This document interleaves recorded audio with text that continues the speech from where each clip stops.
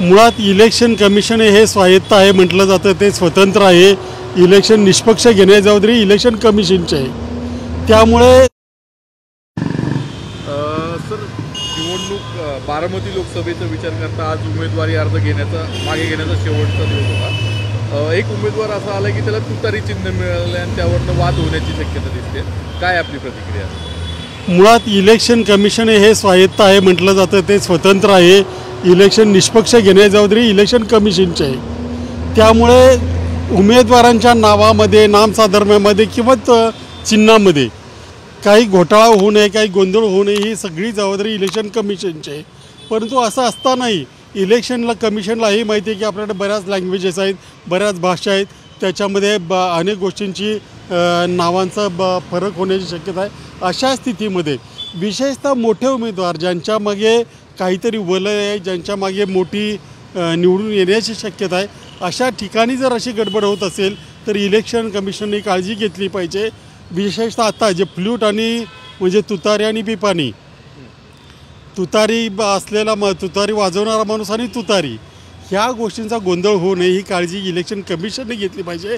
परंतु election commission कोणातरी याचं भावलं बनलेलं आहे आणि सगळ्या भारतभर हेच चालू आहे की काही ठराविक उमेदवारांना किंवा काही ठराविक पक्षांना निवडून यायचं नाही, त्यांच्या मार्गात अडथळे आणायचे आणि त्यासाठी इलेक्शन कमिशन इमानीद्वारे प्रयत्न करतं आहे.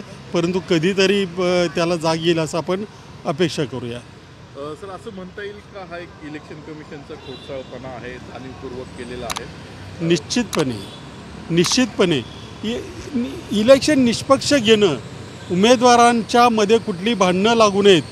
नामसाधर्म्यामध्ये फारसं काही करता येणार नाही, परंतु चिन्हाच्या बाबतीत मात्र जर तुम्हाला शक्य असेल तर त्याला दुसरं चिन्ह देता येणं शक्य होतं. परंतु तिथे सुप्रिया सुळेंसारखे उमेदवार आहेत म्हणूनच हे जाणीवपूर्वक गोंधळ करमान निर्णय निवडणूक चिन्ह दिलं आहे असं स्पष्टपणे म्हणता येईल. आता निवडणूक निर्णय अधिकाऱ्यांनी म्हटलेलं की आयोगात ती लिस्ट आहे, त्यात ते बदल करू शकत नाही. म्हणजे हे फायनल झाले की ते तुतारी आणि तुतारी वाजवणारा माणूस असं दोन्ही नाही. आयोगाची जी लिस्ट आहे त्याच्यामुळे उमेदवारांना बरेच चॉईस दिले जातात. दुसऱ्या उमेदवाराच्या चिन्हाशी साधर्म्य असेल असं चिन्ह द्यायचं काही कारण नाही. त्या उमेदवाराला रिक्वेस्ट करून किंवा याच्यात असंही दिसतं की कदाचित त्या उमेदवारानंही अशी काहीतरी गोंधळ व्हावा यासाठीच हे मागितलं असेल, मला आत्ता माहिती नाही. आणि त्याला इलेक्शन कमिशनने पाठिंबा दिलेला आहे असं दिसतं, कारण उमेदवाराला एकच चिन्ह कधी देता येत नाही तर त्याला मल्टिपल चॉईस असतं.